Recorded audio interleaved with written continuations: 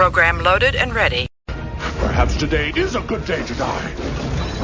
Prepare for running speed! Engage. Make it so.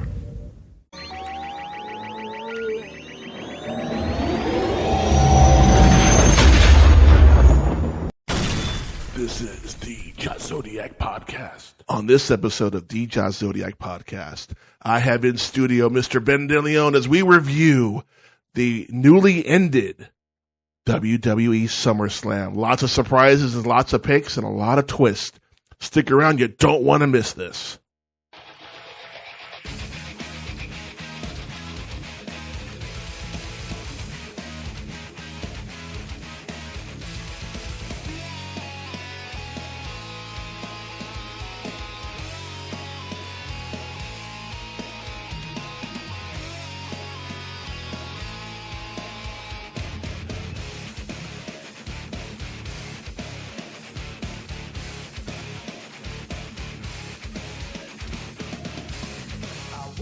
Hello, everyone, and welcome to a new episode of the Josh Zodiac Podcast, the podcast about anything and everything pop culture related.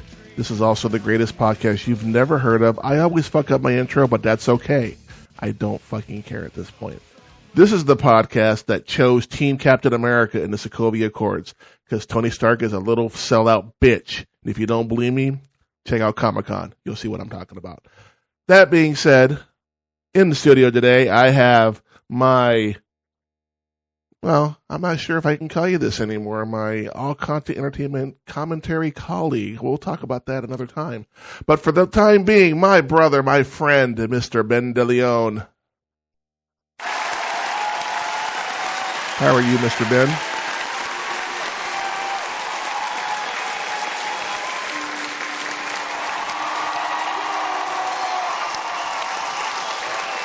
I don't know if you're talking, but I don't hear anything. Nope, still nothing. Don't hear nothing. Mute me. Oh, there we go. I know what I did wrong. You muted me. No, I didn't mute you. I tend to forget that with the music, it also has the input from your microphone too. So, yeah, lesson learned. Anyway, again, we'll try that. Let's try that introduction one more time. This is Mr. Ben DeLeon. Hello, everybody. And they must really like you. They're clapping a lot. They must really like you. Please. He's not Robert Downey Jr. Come on. I heard some hooting and hollering over there too. Jesus Christ. Well, it's been a minute since we've been on a podcast together. I think I came home for a week vacation, so to speak, back in Corpus last time we were on the podcast together. So, how you been, sir? Things have been hectic. I'm not gonna lie. Yeah, I believe it. It's a lot of shit going on right now in the world, but yeah, I know. I know you talked about that on your podcast, and if you are curious about what he's talking about, you can go check out the Recycled Corn podcast on Spotify, Amazon Music, and Apple Podcasts. And there's iHeart. That's right. You just got iHeart. That's pretty awesome. And wherever fine podcasts are found. That is true. Well, we just finished watching WWE Summer Slam, and it's the WrestleMania of the summer. A lot going on, story wise and everything. But the first match we'll talk about is the start of the show, which was the Liv Morgan versus Rhea Ripley for the women's world title. I had sent out my picks for this. I sent it out late on the Zodiac Podcast Facebook page, but I had it on TikTok like 30 minutes before.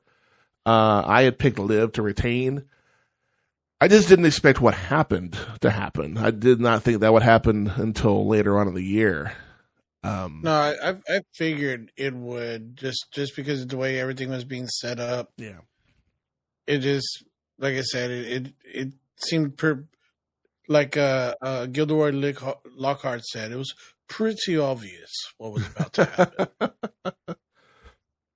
Yeah, I know. At one point, it did look like Rhea did separate her shoulder. She pulled kind of like the Alexa Bliss when her elbow came out of socket during I think she was wrestling Sasha Banks.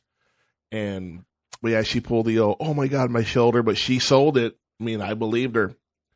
And of course, well, you can tell, like, I don't know if she's one of those people who actually can pop their shoulder in and out, like at will. Mm-hmm. But I mean, it looked pretty legit, but I don't think it was. Like, yeah, it looked real, but you know, I've never separated my shoulders. So I have no idea what it would look like. So, well, mine's barely holding on by a thread right now. So we'll get you some duct tape and we'll make that happen. We'll get you the all commentary doctors. I hear they're okay. So, you know, but yeah, this match for a while there was just a cat and mouse chase, just Rhea chasing Liv and Liv ducking out, and finally when the action got going, it was a pretty damn good match for what it was. You know, I honestly thought Rhea was just gonna walk all over Liv and take the title, and then when we saw Rhea went out and got the chair, and then Dom was like, "No, you can't win the title this way." I'm sitting there thinking that's gonna come back to play. You watch enough professional wrestling, you know something is going to happen with that chair or some sort of distraction or some shit. And sure as shit, Dominic distracted the ref just long enough for Liv to put Rhea in the Oblivion. Is that what her move was called? Oblivion, yeah. The Oblivion. Put her in that. Rhea loses. She's in the ring like, oh my God, I can't believe it. And then it happened. Freaking Dirty Dom picks up Liv Morgan, helps her to her feet, and then starts kissing her while Rhea is in the ring crying her eyes out like, oh my God, I can't believe he did it. And you got Michael Cole calling him a dirty son of a bitch, which I thought was hilarious. That shit that was funny. I mean, let's be real. I mean, if you were to have your choice of either one of them, who would you pick? Rhea. Just because I think she'd be a lot more fun. And she's got the accent. Man. She's got the accent too. That helps. Yeah, I mean the I've always found the Australian accent really sexy, but Liv's got that ass. So I mean, so does Rhea. Rhea's got a nice ass too. Not the same. Not the same. I'm sorry. Blondes are a diamond. There's a reason. There's a reason Rhea dyed her hair black because she's a blonde you naturally. Had a thing against Liv Morgan, so I just don't like Liv Morgan. She dated freaking what's his name, Enzo Amore. Done. Out. No, there's no telling what she's got because she got it from him. I'm sure she's devastated. Oh, I'm sure she's butthurt about that. That's okay. My heart belongs to Becky Lynch anyway, so that doesn't matter. But what would you rate that match out of 5 stars? What would you give it? Maybe about 3 stars. I would give it 4 only because of the shock factor at the end, because that's still kind of part of the match. I mean, because it was too predictable. That's the only reason that I thought, I would give it, like I said, maybe 3 stars, just because it was a little too predictable. The match itself was great. Yeah, I did like the beginning, the whole, like you said, the cat and mouse thing. Yeah, it reminded me of old school wrestling matches, but it wasn't overly done. You know, once they did it a few times, it's like, okay, now let's get to it. Yeah. And once the action started, it was really good. Mm-hmm. Yeah, and it's funny when the match was over, the bell rang. They had the camera on Dom, and he had this grin on his face, and I'm sitting there going, "Why the fuck is he smiling?" And it didn't click right away. I'm like, "What the?" After what he told Liv on Raw, like 2 weeks ago, I'm like, "Just what the?" And then he helped her up, and I went, "Oh no, he's about to bury the fucking hatchet in her fucking chest right now." And that was fun. Raw on Monday is going to be fun to watch because there's a lot of shit they're going to be talking about. And then everyone's all upset about Dom doing what he did to Rhea, but no one points out that she went and got married to Buddy Murphy. So, I mean, and does she a ginger, really have no any less. reason to be sad? She married a ginger, no less. Fuck, no soul, whatever. Yeah. So you gave it a 3, I gave it a 4. That's fair. Like I said, for me, it was the shock value at the end, but the match was pretty good. Next we had a rematch from Money in the Bank. We had Sami Zayn versus Braun Breaker for the Intercontinental title. This match didn't go as long as I thought it would. I thought it'd go on a little longer because the match at Money in the Bank was a fairly decently length match, and this almost felt like an overglorified squash match in a way. Basically, I think that's what it was. Is they're hyping up Braun Breaker to be, basically like a mini Goldberg. Yeah, and how explosive was Goldberg? That remember when he fought Brock, whatever, and beat him in like 80 something seconds. Yeah. So yeah, and I knew with Rick and Scott in the actual in attendance, I was all like, oh yeah, he's gonna win. Yeah. It's another one that was like really predictable. Like I said, there was a couple of spots in the match where, there was a couple of botches, especially the one where I think Sammy tried to do some sort of suplex and Braun damn near caught his head on the mat, but he was smart enough to put his hands up. I mean, I think they should have given it to him at Money in the Bank. Why take the loss just to give it to him the next show? But, you got to hype it. It's SummerSlam. Like I said, SummerSlam is the WrestleMania of the summertime. So you want your biggest matches on that card. But then again, like I said, no surprise. Braun Breaker just fucking destroyed. I mean, in all reality, Sammy should have never beaten him at Money in the Bank. Yeah. Well, I mean, after he beat, or broke Gunther's streak to win that title, he had to prove that he was worthy of it. That's true. To be able to say, okay, the next guy isn't just going to come in here and walk all over me. Mm-hmm. But then when you put him up against somebody like Breaker, who's just so physically gifted, I mean, it's got to be some kind of cheat code, like having the Steiner brothers in your genetic pool, Yeah. But the way, like I said, the way he could hit didn't you say that he stole from you the way he hits the ropes? I don't think it was me that said that. I mean, No, are you sure? Because I remember you hitting the ropes nearly as fast as Braun Breaker. No, God, maybe in my 20s. Not recently. Fuck. I may have said it jokingly. I just wanted to see your face like, this motherfucker. Like, I think I might have said this jokingly. Like, there's no fucking way. Oh, and even if I hit the rope that quick, it's gonna fucking snap. We got some snapback. Fuck that. What I was telling, I was talking to Joey Black and to, of course, my son. The future champion Anthony Spike. I was talking to him, and I was like, "You guys got to learn from Breaker how to take those ropes a little bit faster than what y'all doing." Like sometimes you can see them picking which foot they're gonna, they hesitate and all this, and it's like you got to just keep doing it until it becomes like second nature, until you can build up that kind of speed. It's like marching, you always want to start and end on the same foot, It's kind of the same thing, but you have, the ring and all content is 18 by 18, so you have enough time to do your guesswork on, okay, am I going to go, and with me, I lead off with the left just because I always have, even though I'm right side dominant, I lead off with the left. It's just like when I play basketball, I don't contest a shot with my right, I contest it with my fucking left. And I do not know why, but I do.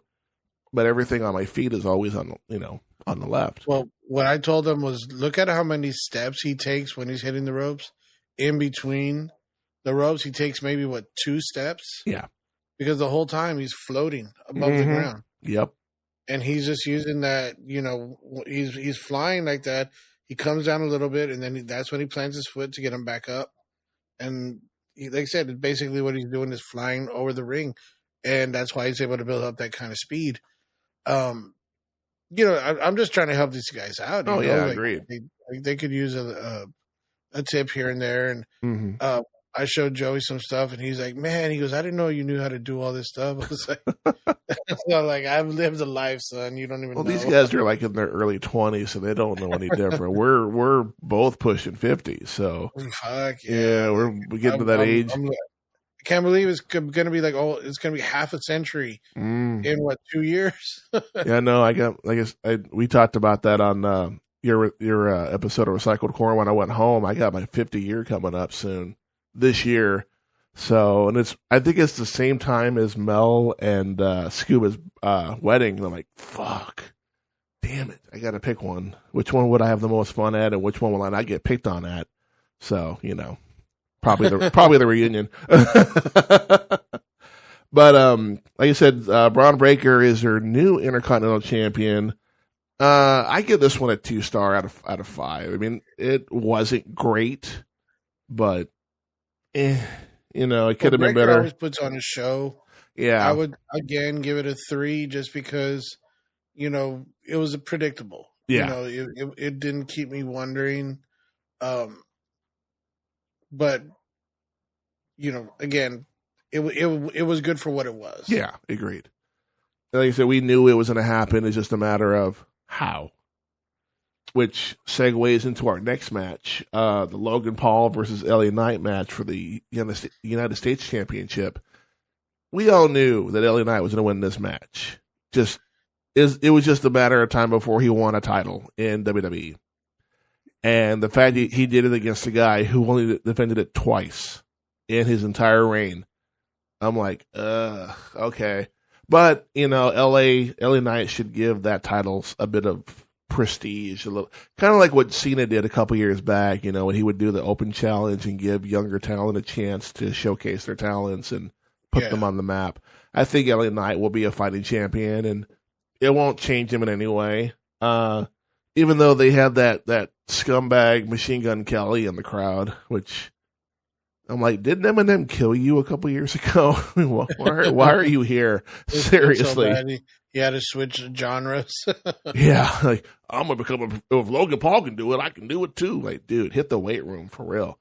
But again, LA Knight in this match had to go. The match didn't even start right away. They just started beating the shit out of each other when they first came out. Just the ref's like, come on, we got to ring the bell. And they're like, no, fuck that. We'll beat his ass. We'll beat his ass. We'll beat his ass. And of course, you got Logan Paul's entourage, a freaking ringside, handing him all kinds of weapons. With Logan Paul hitting that freaking that moonsault the way he did. Mm-hmm. Oh my God, dude. And granted, the luchadors do that kind of stuff all the time. Yeah, but he's not a luchador, no. So seeing that stuff from him, a part timer. I wouldn't even say he's a part timer. He's more of a YouTuber who has a professional contract. But like I say, it was still damn impressive. Yeah. And I always give him his props. He's never failed to not impress me. He's always been, like, damn, like, I don't want to give this guy the respect, but fuck, he earned it, But that's the thing, though, too, is that, I'm not the biggest fan of Logan Paul or his brother, but when he's in the ring, it's just like poetry. It's just art. He makes it look so fucking easy. So I'm like, well, if the whole podcast and Prime thing doesn't work out, at least you got a third option to look at. But again, like I said, LA Knight wins the match, and even though he's in character, you could tell if you looked in his eyes, he was overcome with a little emotion because he just looked like he was just so happy to finally get that brass ring and finally have some gold around his waist. And he's been doing this a while in WWE, and this is the closest he's ever come to it. So I hope he holds it for a while, and they put him at least in contention for a bigger belt down the road, like the IC championship or even the world heavyweights down the road. What do you think out of 5 stars? What do you think? That was probably like a maybe 2.5, I guess. I give it again. I already knew what was going to happen. Yeah. With Paul's, technique, he's getting better. Like I said, he never fails to impress. Yeah. He's getting better, but again, it was predictable. I'd give it a 3.5 just because of the athleticism, and LA Knight took a lot of big bumps in that match, and he still was able to, come out with the win. So they did that to build him up as a strong champion, which I get, and I'm okay with that. And then Logan Paul at the end of the match was like, I can't believe I lost. He looked like he was legit sad. I'm like, dude, come on. You have a contract. I'm sure you'll get another match down the road. Yeah. Now, when I made my picks, I got these 3 first matches right in a row. I was like, fuck, I might sweep. And then Bayley versus Nia Jax started, and that's when everything went downhill. Like, we got Bayley versus Nia for the women's, the WWE women's title. And of course, Nia being the queen of the ring gets the title shot at SummerSlam. I don't know why I picked Bayley to win this match, but I did pick Tiffany Stratton to come out and cash in, which I got half of that because she came out, I want to say, about towards the end of the match to cash in, and then got knocked on her ass by Bayley. And the threat of the cash in. But the fact that Bayley not only was able to pick up Nia and put her in the Bayley to belly suplex, but also was able to do a power bomb off the top rope to Nia, that was impressive. I don't think anybody's ever done that to Nia Jax before. I don't think anyone could besides Bianca Belair or Jade Cargill. Yeah, agreed. But yeah. Oh, excuse me. Yeah, I'm feeling it. It's been a long day. I've been cleaning and meal prepping all day. But yeah, freaking Tiffy comes out to cash in, gets knocked on her ass. Just enough of a distraction for Nia to just obliterate Bayley. Puts her in the corner, gives her 2 of those corner Yokozuna slams on her chest. Gets the pin. Now, when the match was over, I'm sitting there going, okay, Tiffany Stratton's in the ring with the briefcase. When is she going to turn her back on Nia? I was like expecting it to happen at any moment, and it never did. I was a little disappointed in that. So because Tiffany Stratton's a heel. She's going to, heels don't have friends. It's just the way it is. Heels do not have any allies or friends. They just hate everybody. So I was a little disappointed that Tiffany did not cash in. But I was also disappointed that I got the match wrong because I picked Bayley to win. This one I give 3 out of 5 just because, Bayley looked impressive, but after about a couple minutes into the match, I was sitting there thinking, fuck, I should have picked Nia. Because it just looked like Nia was fired up, ready to go. Yeah, I mean, Nia, she's ever since she came back, she's had like a different intensity to her.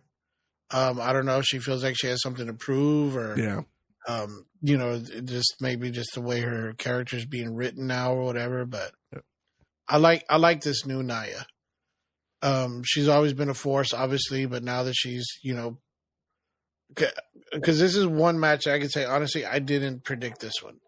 I didn't think that Nia was going to win just because she has a history of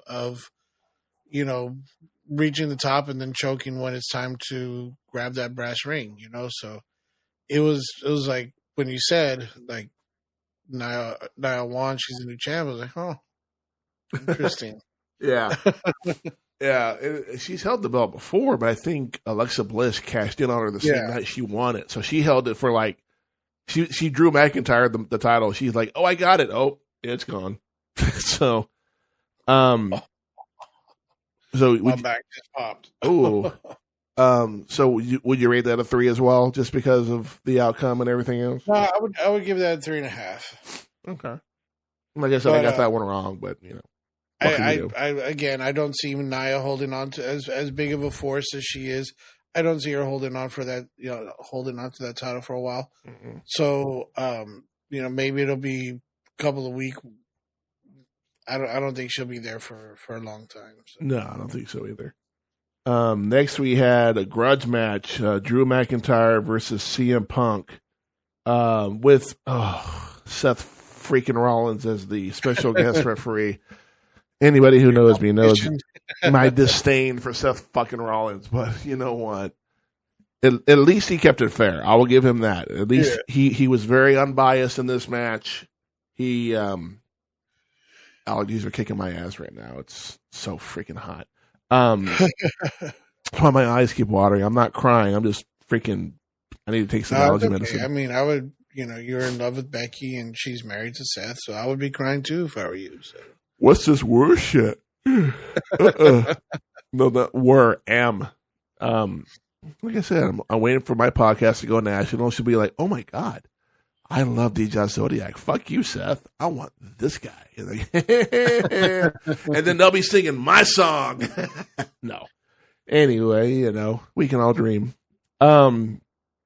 This match was a fucking grudge match, plain and simple. This was a match, and I picked CM Punk to win this match, but after it started, I'm sitting there going, there's no way they're going to have CM Punk screw over Drew McIntyre a third time in a match. So I wished I could have changed my pick, but I didn't. And ultimately, Drew ended up winning the match just because CM Punk just fucked himself. He was more worried about that bracelet than anything else, which I get it. It's something personal for him and his wife and his dog, but I would wait till the match is over and then snag it and then go home, do your thing with AJ Lee. That's what I was thinking, but again, we're not the writers, obviously, so I would think the best way to go about it would be to not.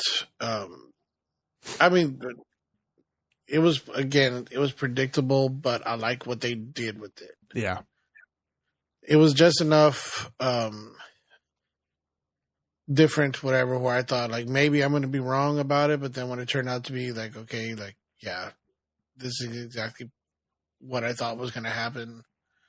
It was just, how were we going to get there? And they did it in a way that surprised me. So I was like, okay, cool. I'm cool with that. I would probably give it a 4. Yeah, I agree. Because of the way things went down, So. Yeah. And the fact that Seth Rollins, when they were outside the ring, wasn't even counting. He's like, let them fight. Yeah. And which is fine. I'm okay with that. Fuck. I don't like either one of you. Fucking fight. And we'll sort it out later. So, but yeah, I would definitely give it a 4 as well. Then we move on. We had some backstage stuff with the Judgment Day, which we'll get into on this next match. We had Damian Priest versus the Ring General Gunther for the World Heavyweight title. I was when I made the picks, I didn't think that both King and Queen of the Ring winners would win their title shots. I thought one or the other would get it. And I thought Gunther was the better pick. Yeah. So that being said, this match was Priest chopped Gunther so hard that he busted open his chest. He's bleeding everywhere. He looked like Hulk Hogan when Andre the Giant ripped off his fucking cross back in the day. I want a world title shot, and I'm going to get it from you. No, brother, why would you do that? And he ripped off his cross off his chest. He's bleeding everywhere. That's what it reminded me of. Would you say that those chops were stronger than yours? No. I have a lot of anger behind mine. I pretend people are my ex-wife because I can't hit her, but I can hit these people though. Was it the chops were one thing, but I don't know. Like I said, Gunther's character, I just really like what he's doing. I like the whole "I'm better than you" thing, and he actually has the skills to back it up. And, 100%. Yeah, he's one of those heels that, he doesn't really cheat to take the victory from you. He's just fucking better than you, and he's an asshole about it. So people fucking hate him, but you can't take away from the fact that he really is a freaking ring general, and he is gonna fucking look. He's gonna not only beat your ass, but he's going to look down on you while he does it. And that's the worst part, is just being judged. And it's funny that these two had a match together at SummerSlam. When you look back a couple of years ago, they both were very overweight and underperformed. And then they got on a strict regimen of diet in the weight room. And they're both now world champion, or one former, one current world champions that are on the top of the food chain now. So, if you need any kind of motivation to go to the gym, there the fuck it is. You see a picture of Damian Priest back in the day? Yeah. He was a big old boy, and not in a good way. You look like somebody who'd be more, let's go to Hot Topic and freaking. Yeah. He was a couple of 6-packs away from being like Viscera. That's how close he was to that. But I mean, that's one of the things that makes his story so fucking fascinating. Yeah. Is he did what he did. He pulled himself out of his situation to become the now former world champion, but still the fact that he was in that position to begin with. And I always like Priest even when he first came out. I was like, this guy's got a good look to him. I could see him in the world title picture, before too long. And I thought after they had him lose to Bad Bunny, I was like, oh, they think he's a joke. But then now look at him. They said former world champion. So obviously he's doing something right. But that wasn't the end of that, though, too, because Finn Balor came out like there towards the end of the match, too. And you and I were texting back and forth. And I'm like, dude, someone's about to get fought, and not in a good way. And sure as shit, freaking Priest had the pin. He had the win down. And then Finn grabbed Gunther's leg and put it on the rope, and the ref never saw it. And Priest didn't see it till after it happened. He's like, "What the fuck, dude?" And freaking, it went down pretty much exactly the way I said it was going to. Yeah, it did. It went exactly the way you said it would. And we saw the Judgment Day just slowly start to crumble from the inside. They're going to kick out 2 members, more than likely, with Damian Priest and Rhea Ripley. And they're probably going to welcome Liv Morgan in with open arms, just because Liv helped Finn and I forget the other guy's name, but I know he's Irish. Helped them get the tag titles from JD McDonough. That's the guy.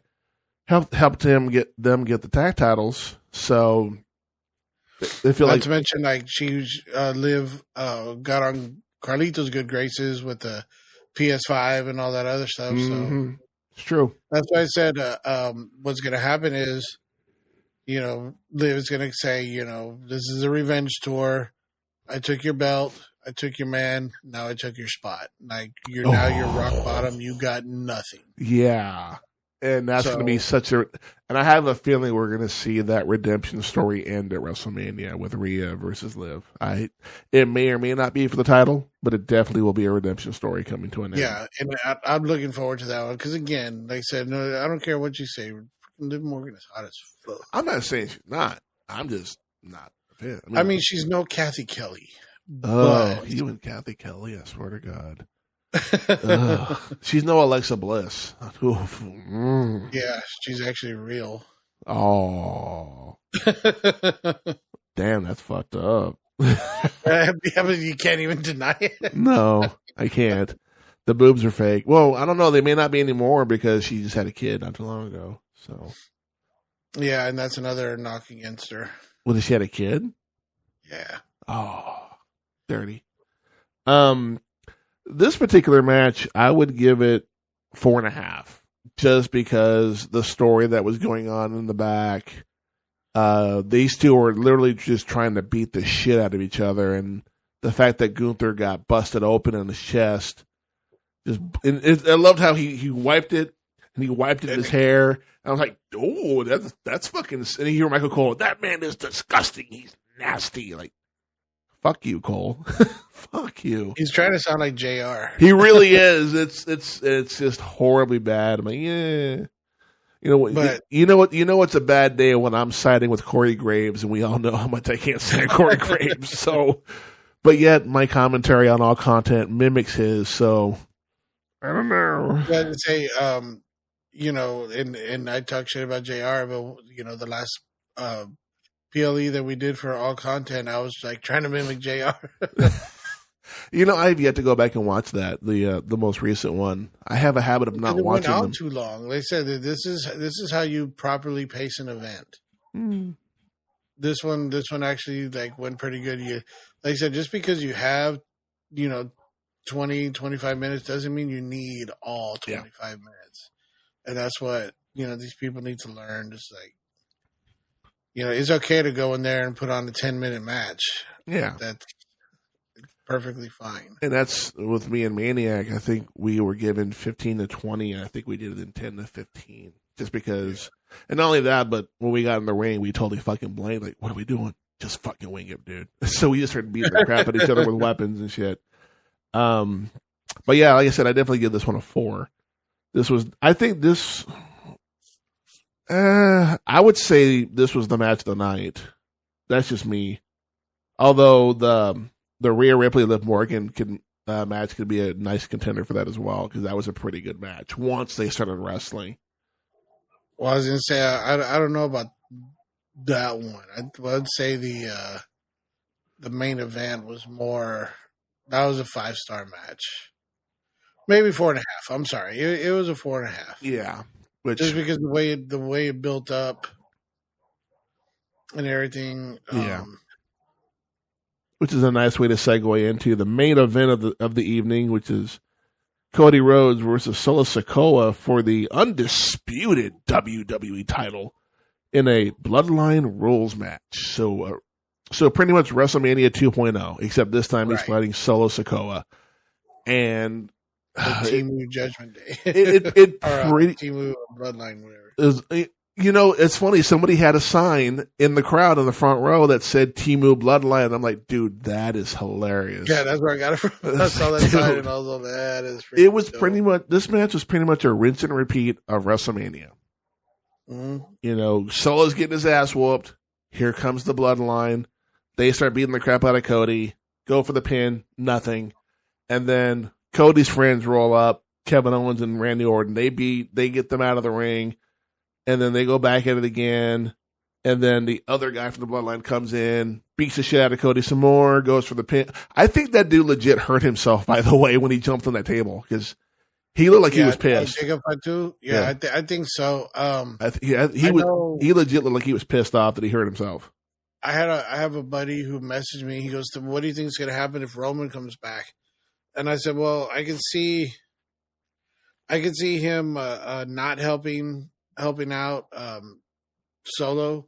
And they're like, "So you think he'll turn face?" I said, "No, not necessarily. What I think it'll happen is it'll be like a Goku Frieza situation where, enemy of my enemy is, my friend. So let me in right now, the Solo's the pretender to the title of, Tribal Chief. So Roman had to come back and put Zodiac. I was looking at your name right there. I wish. Put Solo back in his place. Yeah. And then, come along and reestablish himself as a threat to Cody. So it'll be the redemption, the Roman redemption tour. I think what's going to happen is they're going to set something up for Survivor Series where it's going to be the Roman bloodline versus the Solo Sikoa bloodline. Because you got to think, I would love to see the Usos get back together. That's what I'm thinking too. Is that they've been apart. Jimmy's on Raw, but I think Jay, or I always get those two mixed up. But one of them's been gone for a while. He's been, Jay main event. That's Jay. Right. So Jimmy's the one that's been gone. I don't know. They look alike. It's like they're twins or something. I don't fucking know. You would think, right? Yeah, But for this particular match, in my notes that I put online, I put on there that Roman will come back to help Cody. That was in the notes, like an hour before the show started. Yeah. And the fact that I got that right, I was like, fuck, shit. But again, that goes into the predictability of it, Yeah. I honestly was like, okay, I can see Roman coming back. I was like, but then again, he may not. Maybe they're going to save it for a different situation. But I think, they made the right choice right there, was bringing Roman back in a time where it's going to have a really good impact. Yeah. So I mean, I was happy with it. And all he did was punch Solo, spear him, and then walked out. And then eyeballed Cody. That's all he needed. That's all that had to be done. Letting him know, you're on notice, bro. I'm not on your side. I'm not a good guy. I did this purely for selfish reasons, This is in-house shit I'm dealing with. When I'm done with this, then I'm coming for you. 100%. Yeah, exactly. So, but you'll notice Cody. When was the last time you heard a pop for Roman like that? Never. And see, and that brings up another question. Which pop was louder? Was the pop for Roman louder, or when freaking Dominic kissed fucking Liv Morgan? Because they were both pretty fucking loud. Different types of pops. One was like genuinely like when Roman came back, was like, oh shit, Roman's back, fuck yeah. And when Dom did, it was like, how dare you? Yeah. It was a good pop and a bad pop. Like, I can't believe you did that. Oh my God, he's back. But you'll notice that Cody, when he went for the pin, he faced where Roman was to keep an eye on him, which is smart. Very good attention to detail in these matches. Yeah, 100%. Especially with Cody, because Cody. I've seen some interviews with Cody, and he's got a really good eye for things like that. Yeah. Little stuff that people don't really pay attention to that he does, and that's one of the reasons I think that they're trusting him with this title reign the way they're doing it. Yeah.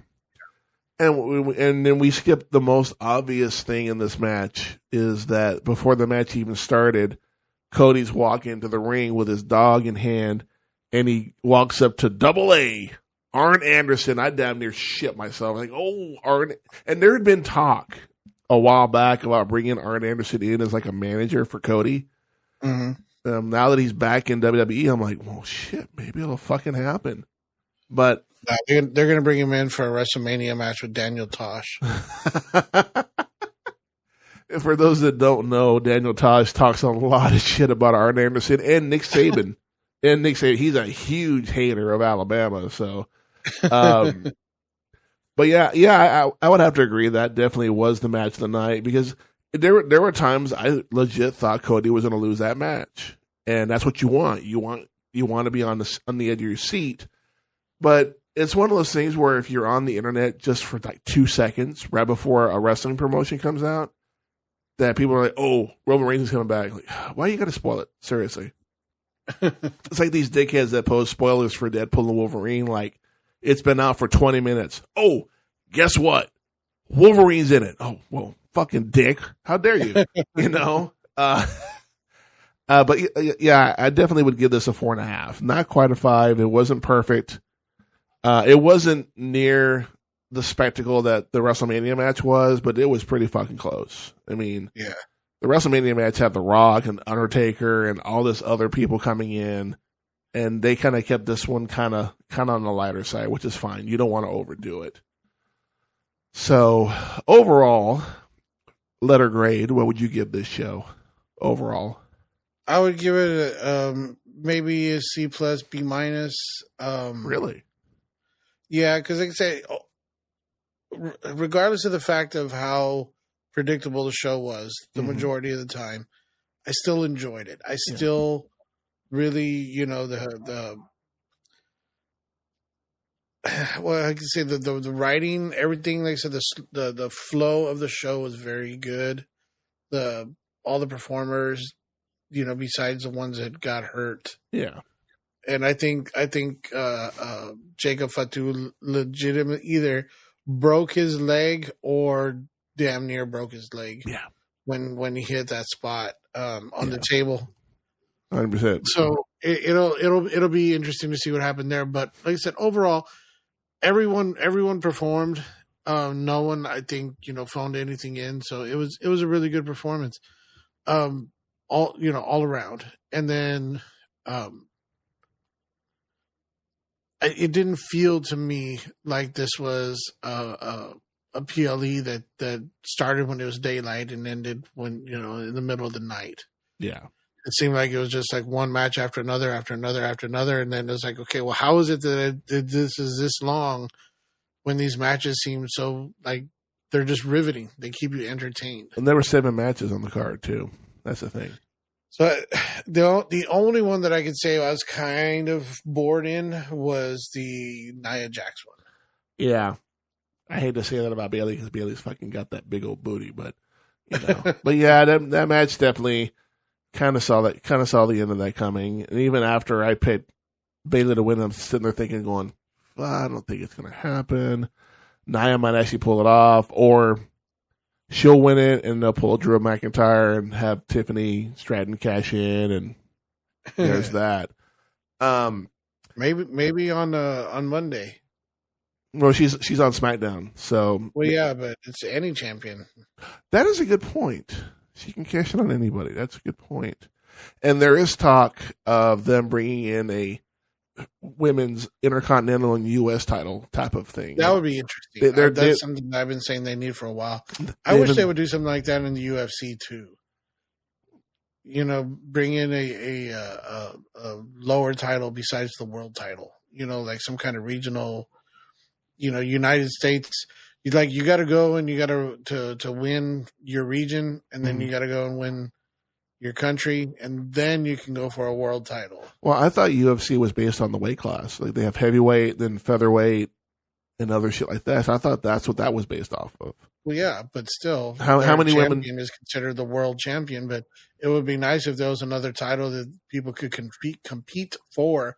Besides those, however many belts there are, right?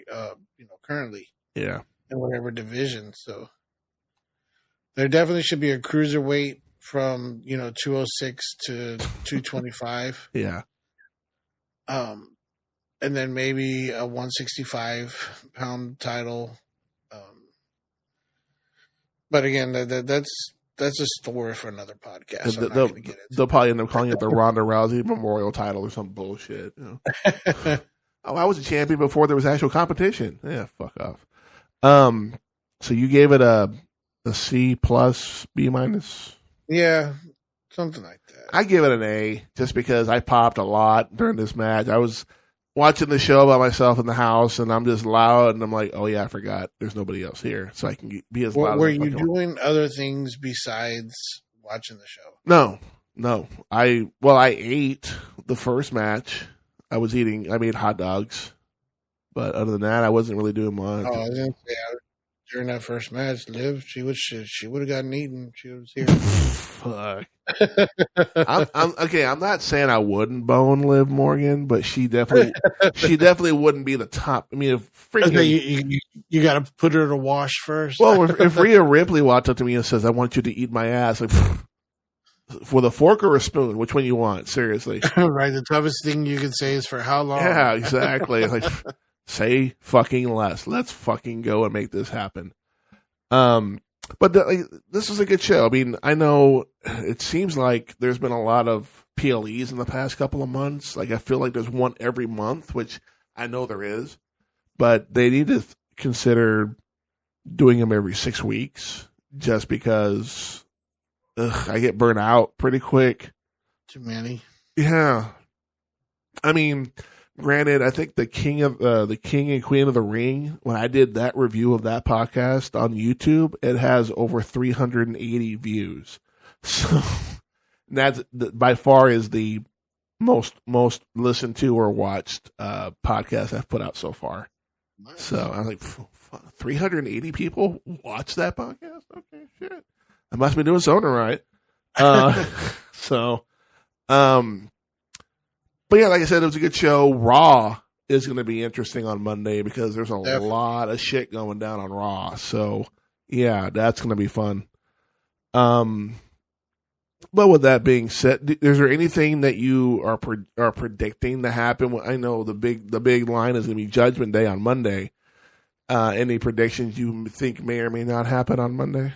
Well, like I said, that what'll happen with the Judgment Day? I'm picking, and maybe I'm wrong, maybe I'm not. They said Liv is going to come out and taunt Rhea, saying I took your I said I was going to get revenge. I took your title. I took your man. I took your spot. Like, you got nothing. So my revenge is complete. I think it'll probably open with Finn Balor coming out to explain his actions as to why, and then probably and then you'll have Dom come out and they'll start fighting. Yeah, well, it'll be freaking not Dominic, Damian and Rhea by themselves versus the rest of Judgment Day. So, but yeah, I agree. It's time for bed. Plus we got to work on Monday. So tomorrow is get everything ready for the weekday. You want to plug your socials real quick? Yeah. Hold on, give me a second to download or not download. Bring up Yeah, I got a script too. I know what you mean. All right. Well, you can find Recycle Corn on Facebook, Instagram, and X. Although, admittedly, I don't really do too much on X. Bored. It's way too toxic on there. Yeah, it really is. You know, if you want to hear episodes or previous episodes, you can check those out on Spotify, Apple Podcasts, iHeartRadio, Amazon Music, and wherever fine podcasts are found. Or if you want, you could email us at recyclecornpod@gmail.com about future topics, or if you have a comment or suggestion. And that's about it. So. Yeah, and again, like you can listen to past episodes of the podcast, and I myself am on a couple of them. So, you know, if you have a starting point, start there, and then work your way down. I've actually listened to every episode of your podcast, and I did that when I was doing the side hustle shit when I was still living in Corpus. Just they're only like an hour long, so if I had all the time in the world. Yeah, they're worth it though. Like you know, sometimes if you listen to them again, the endings are different. I don't know how that works, but it happens. Jesus. And as for me, again, I am the Josh Zodiac. You can search, like, and follow the Josh Zodiac Podcast on TikTok, Facebook, and X. Just search, like, and follow, and search up the Josh Zodiac Podcast on those 3 social media platforms. You can also search, like, subscribe, and follow the podcast on Spotify, Amazon Music, iHeartRadio, and now Apple Podcasts. I don't have it on here yet. I need to change that. You can also follow on YouTube for the video podcast that may or may not be going away. I don't know. I'm still debating about that. Also, if you would like to listen to myself as well as Mr. Ben and Mr. Dick Bigums, our other broadcast colleague, on All Content Entertainment, follow their page on YouTube and Facebook. You can also watch previous episodes of those matches on YouTube as well. And if you want to support the podcast, you can do so by giving me money. That's right, ladies and gentlemen, I am not below that. You can donate money to my Cash App and Venmo pages, $ Josh Zodiac on Cash App and at Josh Zodiac on Venmo. And that's pretty much all I've got there. Again, we want to thank you for joining us for this review of WWE Service. Let me try that again. We thank you for joining us. Now we'll not edit any of this shit out. I never do. We want to thank you for joining us. Yeah, no shit, right? Like, that would take too fucking long. Fuck this shit. This podcast is real. We'd like to thank you for joining us for this review of WWE Super Slam that is full. Did I say Super Slam or Summer Slam? I don't fucking. You said Super Slam. I'm fucking Hulk Hogan. I think I'm on the Silverdome. WWE Summer Slam review that is full of spoilers. For Mr. Ben DeLeon, I am the Josh Zodiac. We want to thank you for joining us, and I hope you'll join us next time. Make it so. Make it hose.